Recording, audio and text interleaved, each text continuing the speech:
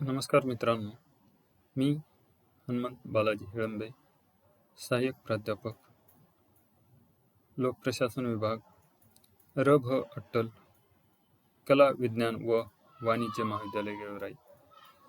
आज आपल्यासमोर BA तृतीय वर्ष सत्र 5वे लोकप्रशासन विषयाचा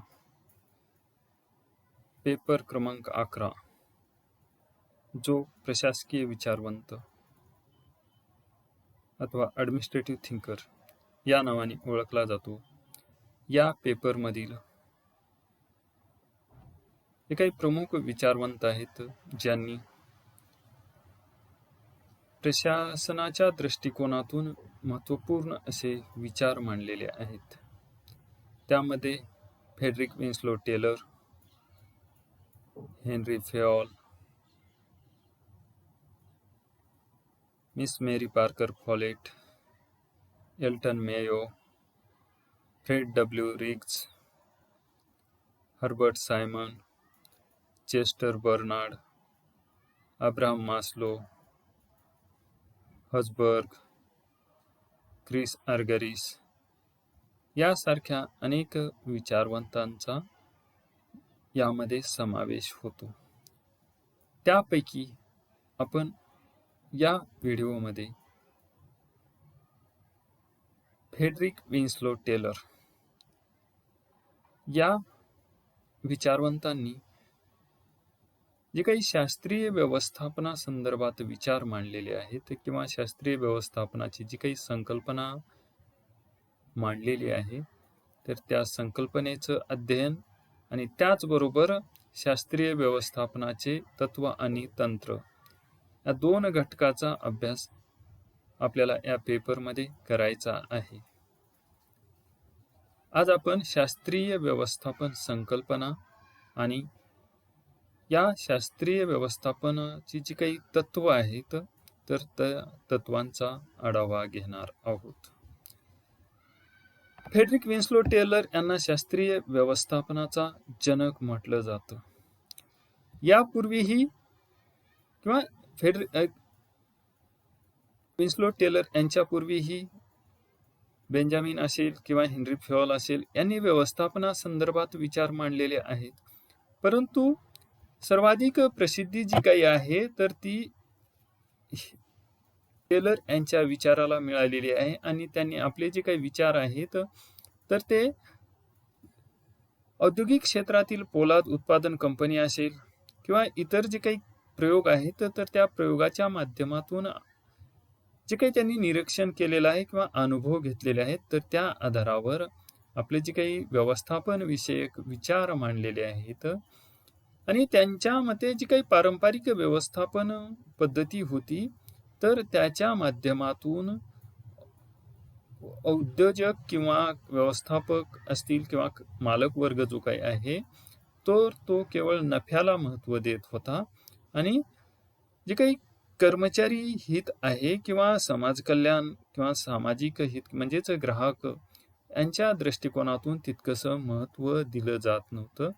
या सर्व घटकाचा विचार करून टेलर यांनी आपला जो काही शास्त्रीय व्यवस्थापनाचा सिद्धांत आहे तो मांडलेला आहे. यालाच टेलरवाद म्हणून पण ओळखलं जातं. तसेच अनेक विचारवंत यास दुसरी औद्योगिक क्रांती म्हणूनही ओळखतात, कारण या शास्त्रीय व्यवस्थापन सिद्धांताच्या माध्यमातून जे काही औद्योगिक क्षेत्राचं व्यवस्थापन करण्याच्या संदर्भात जी काही तत्व किंवा जे काही त्यांनी तंत्र सांगितलेले आहेत तर त्याच्या माध्यमातून मोठ्या प्रमाणात परिवर्तन घडून आलेलं पाहाव्यास मिळतं. आणि याचा स्वीकार प्रथम अमेरिकेमध्ये झालेला आहे, कारण हे प्रयोगच अमेरिकेमध्ये केलेले आहेत. त्यानंतर सोव्हिएत रशिया असेल व जगातील अनेक राष्ट्रांनी या शास्त्रीय व्यवस्थापन सिद्धांताचा अवलंब केलेला आहे. केवळ खाजगी किंवा औद्योगिक क्षेत्रातच हा सिद्धांत महत्त्वाचा आहे असं नाही, तर सार्वजनिक प्रशासन म्हणजे आपल्या लोकप्रशासनामध्ये पण या सिद्धांताचा अंगीकार करण्यात आलेला आहे. मग तेथील प्रशासन किंवा सार्वजनिक क्षेत्रातील व्यवस्थापन विषयक कार्य असतील किंवा त्या कार्यपद्धती संदर्भात असेल तर आणि कर्मचाऱ्याच्या हित असेल किंवा कर्मचाऱ्याची निवड असेल तर या संदर्भात म्हणजेच जे काही सार्वजनिक प्रशासन आहे तर या प्रशासनामध्ये या शास्त्रीय व्यवस्थापनाचा अवलंब केलेला आहे. असं म्हणता येते की जी काही औद्योगिक क्षेत्राची कार्यक्षमता आहे तर त्या कार्यक्षमता सुधारण्यासाठी टेलरने विविध प्रकारचे प्रयोग केलेले आहेत. मग या प्रयोगामध्ये जे काही महत्त्वपूर्ण प्रयोग आहेत तर त्याचा आपणास उल्लेख करता येतील. त्यामध्ये पहिला प्रयोग जो काही आहे तर तो आहे सायमन रोलिंग मशीन कंपनीतील प्रयोग. या कंपनीच्या माध्यमातून जे काही सायकल उत्पादनाचं कार्य चालत होतं तर त्या उत्पादन कार्यामधील जे काही कामगार वर्ग होतं तर त्या कामगार वर्गाच्या एका विशिष्ट घटकाच्या कार्याचं निरीक्षण करून त्यांचे कार्य आणि कार्यपद्धतीचं अवलोकन व निरीक्षण केलं. त्याचबरोबर टेलरनी मिडवेल स्टील कंपनीमध्ये जे काही पोलाद उत्पादन व त्याची हाताळणी असेल तर या संदर्भातील पण अनेक प्रयोग केलेले आहेत. त्यामध्ये बेथलेहम प्रयोग असेल, तसेच कच्चे लोह हाताळणी प्रयोग असेल, फावड्याचा प्रयोग असेल आणि धातू कटाई. तर या विविध प्रयोगाच्या माध्यमातून किंवा हे जे काही प्रयोग त्यांनी अवलंबलेले होते तर त्याच्या माध्यमातून त्यांनी जे काही निरीक्षण केलेलं आहे तेथील कामगार वर्ग किंवा त्यांच्या कार्यपद्धतीचं आणि याच्या आधारावर किंवा त्या निरीक्षणाच्या निष्कर्षाच्या आधारावर टेलरने जे काही सिद्धांत मांडलेला आहे तर तो आहे शास्त्रीय व्यवस्थापन सिद्धांत. मग त्या सिद्धांत मांडून त्या सिद्धांताची काही तत्व त्याचप्रमाणे हा सिद्धांत किंवा ही जी काही तत्वे अंमलबजावणी करण्यासाठी काही तंत्र सांगितलेले आहेत.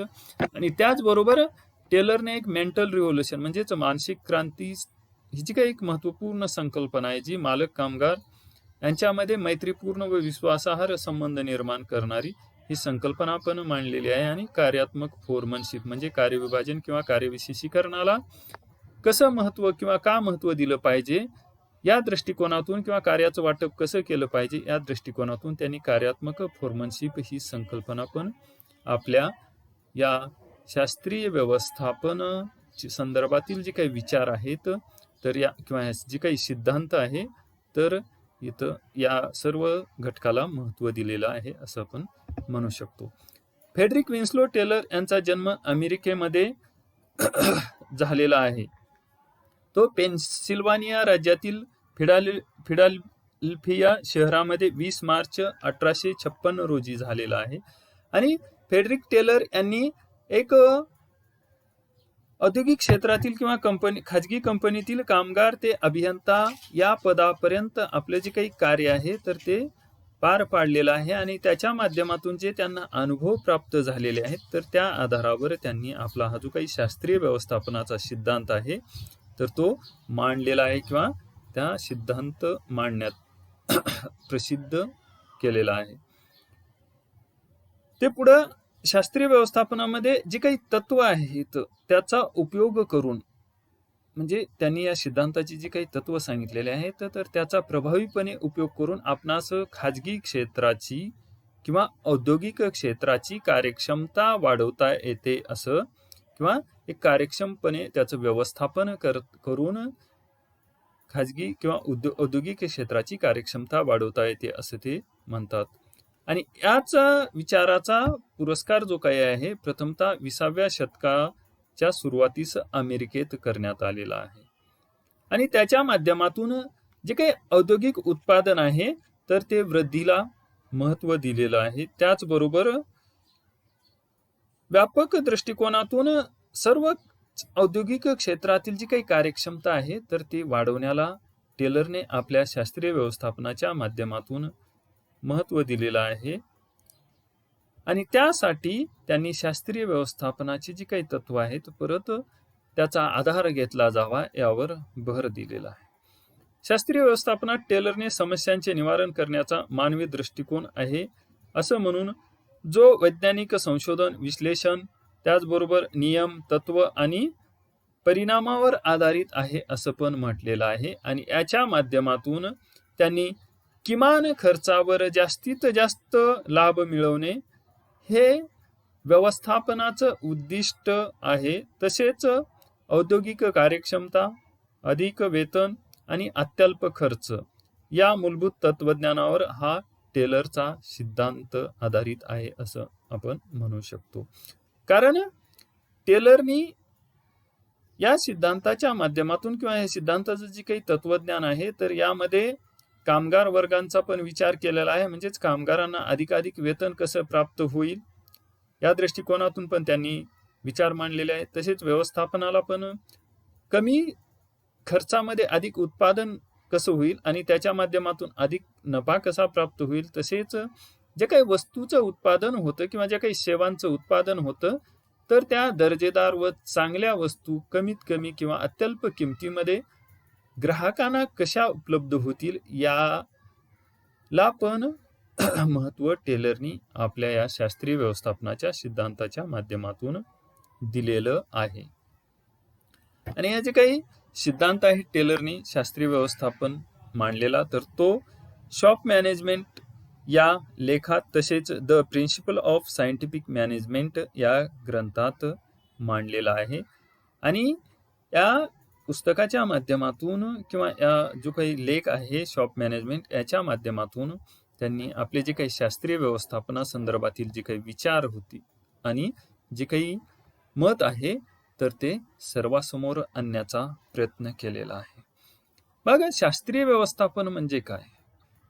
तर शास्त्रीय व्यवस्थापन संदर्भात टेलर असे म्हणतात की कामगाराकडून कोणते कार्य करून घ्यावे तसेच ते कार्य किंवा ते कार्य उत्कृष्टपणे व कमीत कमी खर्चात कसे करावे हे जाणून घेण्याची कला म्हणजेच व्यवस्थापन होय किंवा शास्त्रीय व्यवस्थापन होय असं म्हणता येईल.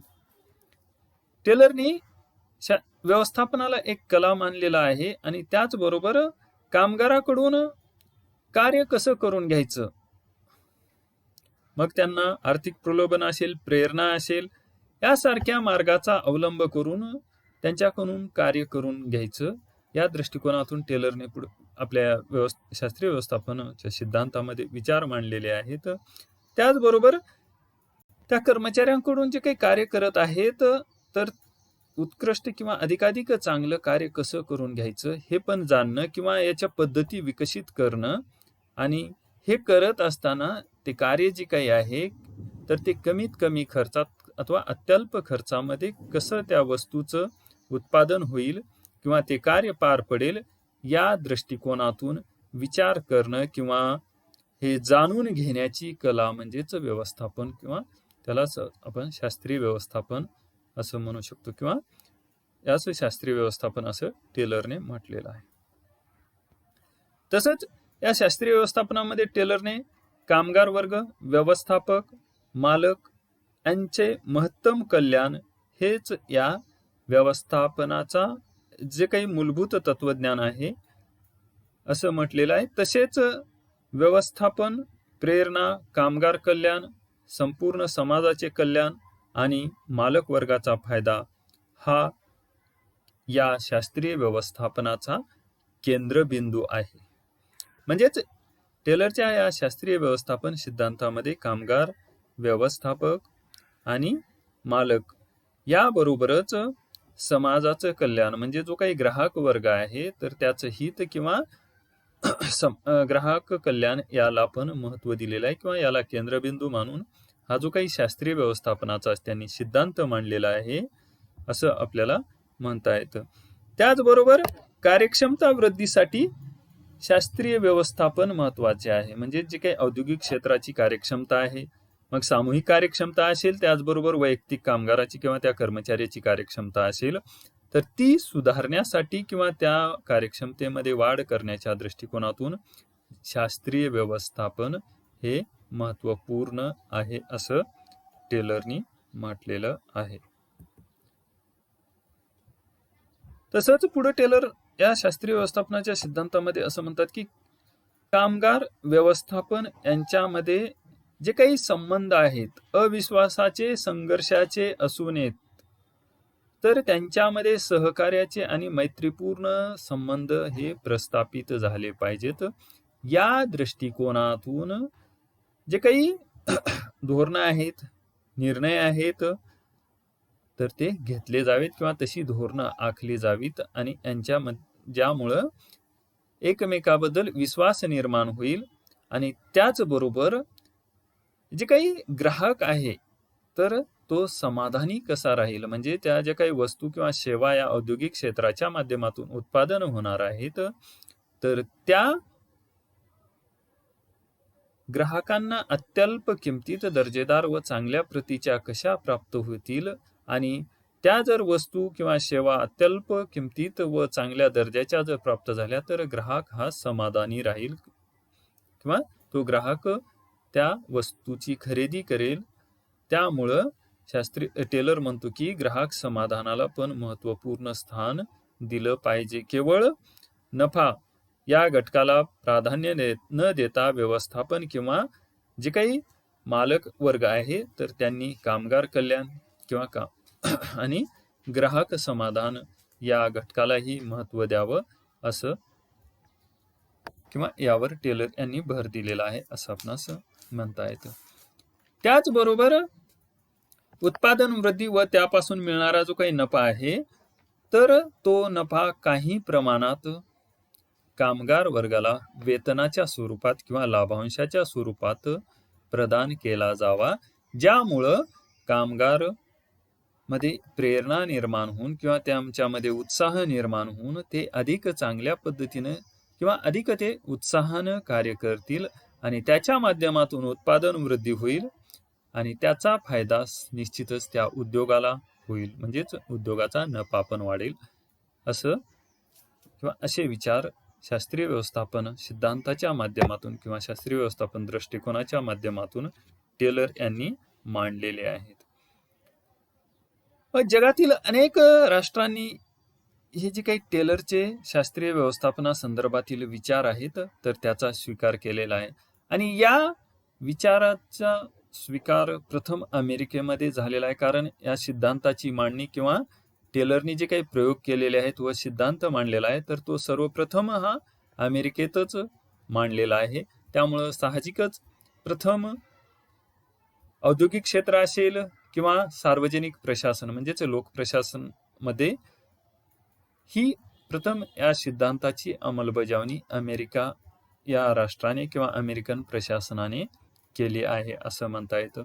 त्यानंतर सोव्हिएत रशियाचे जे काही औद्योगिक क्षेत्र आहे किंवा जे खाजगी क्षेत्र आहे त्या क्षेत्रांनी पण या शास्त्रीय व्यवस्थापन सिद्धांताचा अवलंब केलेला आहे आणि त्यानंतर हळूहळू मग सर्वच राष्ट्रातील जे काही उद्योजक आहेत किंवा जे काही औद्योगिक क्षेत्र आहे तर त्या औद्योगिक क्षेत्रांनी या शास्त्रीय व्यवस्थापन संकल्पनेचा अवलंब केलेला आहे आणि त्याचबरोबर सार्वजनिक प्रशासन म्हणजेच लोक प्रशासनामध्ये पण या शास्त्रीय व्यवस्थापन संकल्पनेचा हळूहळू सर्वत्र अवलंब झालेला आहे, कारण जे काही सार्वजनिक कार्य पार पाडली जातात प्रशासनाच्या माध्यमातून तर त्या कार्याचं व्यवस्थापन असेल, संचलन असेल अथवा नियोजन असेल तर या दृष्टिकोनातून हा सिद्धांत महत्त्वपूर्ण ठरलेला आहे.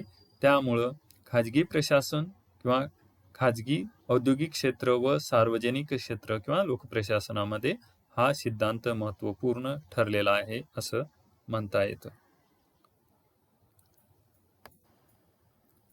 त्यानंतर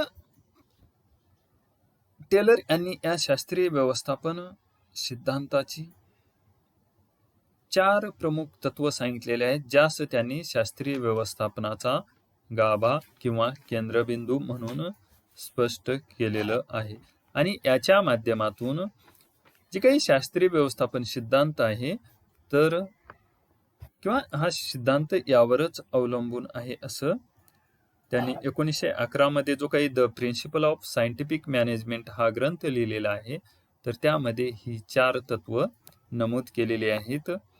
त्यामधील पहिला आहे वास्तव अथवा खऱ्या विज्ञानाचा विकास करणे. दुसरा आहे कर्मचाऱ्यांची शास्त्रीय पद्धतीने निवड. तिसरं आहे कर्मचाऱ्यांचे शास्त्रीय प्रशिक्षण अथवा शिक्षण व विकास. आणि चौथा आहे व्यवस्थापन व कर्मचारी यांच्यात जिव्हाळ्याचे मैत्रीपूर्ण संबंध. या शास्त्रीय व्यवस्थापनाच्या 4 तत्वांचा आपण थोडक्यात आढावा घेऊ. वास्तव अथवा खऱ्या विज्ञानाचा विकास म्हणजे जे काही कार्य केली जात आहेत यंत्रावर, जी म्हणजे कामगार वर्गाकडून जी काही कार्य पार पाडली जातात, तर ते एक ढोबळमानाने केली जात असतात. म्हणजेच त्यासाठी किंवा त्या कार्य पार पाडण्याची किंवा कार्याची जी काही पद्धती आहे, तर ती शास्त्रीय दृष्ट्या विश्लेषण करून त्यासाठी पर्यायी पद्धती कुठली ठरू शकते का, या संदर्भात पण त्यावर विचार करणं किंवा त्या कार्याची पद्धत कुठली चांगली आहे, म्हणजे जी काही पारंपरिक पद्धतीनं कार्य पार पाडली जात आहेत ती चांगली आहेत का, अजून कुठली पद्धती कार्य पार पाडण्यासाठी चांगली आहे, याचं शास्त्रीय पद्धतीने निरीक्षण करणं, विश्लेषण करणं व त्याचा अवलंब करणं. म्हणजेच थोडक्यात असं म्हणता येते की कार्याच्या जे काही वास्तव विज्ञान आहे किंवा जे काही खरं विज्ञान आहे, तर त्याचा विकास करणं आणि त्याचा कार्य पार पाडण्याच्या दृष्टिकोनातून अवलंब करणं, ज्यामुळं कामगार वर्गाची कार्य करण्याची कार्यक्षमता वाढेल आणि त्याचा फायदा कामगार वर्ग असेल, उद्योग असेल व समाज या तिन्ही घटकाला होईल. दुसरं तत्व आहे कर्मचाऱ्यांची शास्त्रीय पद्धतीने निवड. मग कर्मचाऱ्यांची शास्त्रीय पद्धतीने निवड करत असताना ज्या कार्यासाठी कर्मचारी पाहिजे आहे किंवा आवश्यक आहे, मग त्या कार्यानुसार त्या पात्रतेचा कर्मचारी वर्ग उपलब्ध करणे, म्हणजेच त्या कर्मचाऱ्यांची त्या कार्याच्या स्वरूपानुसार निवड करणे. या दृष्टिकोनातून एक पद्धती विकसित करायची आणि त्या आधारे त्या कर्मचाऱ्यांची निवड करायची, म्हणजेच कर्मचाऱ्यांची शास्त्रीय पद्धतीने निवड करणे होय. मग एखादा तांत्रिक कार्य पार पाडणार आहे, तर त्या दृष्टिकोनातूनची पात्रता, एखादा इलेक्ट्रिशियन किंवा इलेक्ट्रॉनिक स्वरूपाची जी काही कार्य आहे, म्हणजे विद्युत विभागात कार्य करणार असेल, तर त्या कर्मचाऱ्यांच्या अंगी ती पात्रता असणं गरजेचं आहे. एखादा व्यवस्थापन विषयक कार्य पार पाडणार असेल किंवा एखादा अकाउंट विभागा किंवा लेखा विभागासंदर्भात कार्य पार पाडणार असेल, तर त्या दृष्टिकोनातूनची जी काही पात्रता आहे, म्हणजे त्या कार्यानुसार जी काही कौशल्य लागणार आहेत ती कार्य करण्याच्या दृष्टिकोनातून, तर त्या पद्धतीचा म्हणजे त्या दृष्टिकोनातून ती पद्धत व त्याची पात्रता निश्चित करणं आणि त्या कर्मचाऱ्यांची शास्त्रीय पद्धतीने निवड करणं, यावर शास्त्रीय व्यवस्थापनाच्या माध्यमातून टेलर यांनी भर दिलेला आहे. पुढचं तत्व आहे कर्मचाऱ्यांचे शास्त्रीय शिक्षण व विकास. कार्याच्या पद्धतीचा म्हणजे वास्तव अथवा खऱ्या विज्ञानाचा विकास करणं, म्हणजेच कार्यपद्धतीची चांगली जी काही कार्यपद्धती आहे, तर तिचा विकास करून कर्मचाऱ्यांची त्या दृष्टिकोनातून म्हणजे ते कौशल्य किंवा त्या पात्रतेच्या अनुषंगाने निवड केल्यानंतर महत्त्वपूर्ण घटक आहे. मग त्या निवड झाल्यानंतर त्यांना प्रत्यक्ष तिथं कार्य करावं लागत असतं आणि ते कार्य पार करता यावे या दृष्टिकोनातून त्या कर्मचाऱ्यांना शास्त्रीय पद्धतीने किंवा शास्त्रोक्त पद्धतीने शिक्षण व प्रशिक्षण देणं आणि त्यांच्या कार्यक्षमतेचा व कौशल्याचा विकास घडवून आणणं महत्त्वाचं असतं. यावर टेलर यांनी भर दिलेला आहे. आणि शेवटचं जे काही तत्व आहे, तर ते व्यवस्थापन व कर्मचारी यांच्यात जिव्हाळ्याचे मैत्रीपूर्ण संबंध असणं गरजेचं आहे.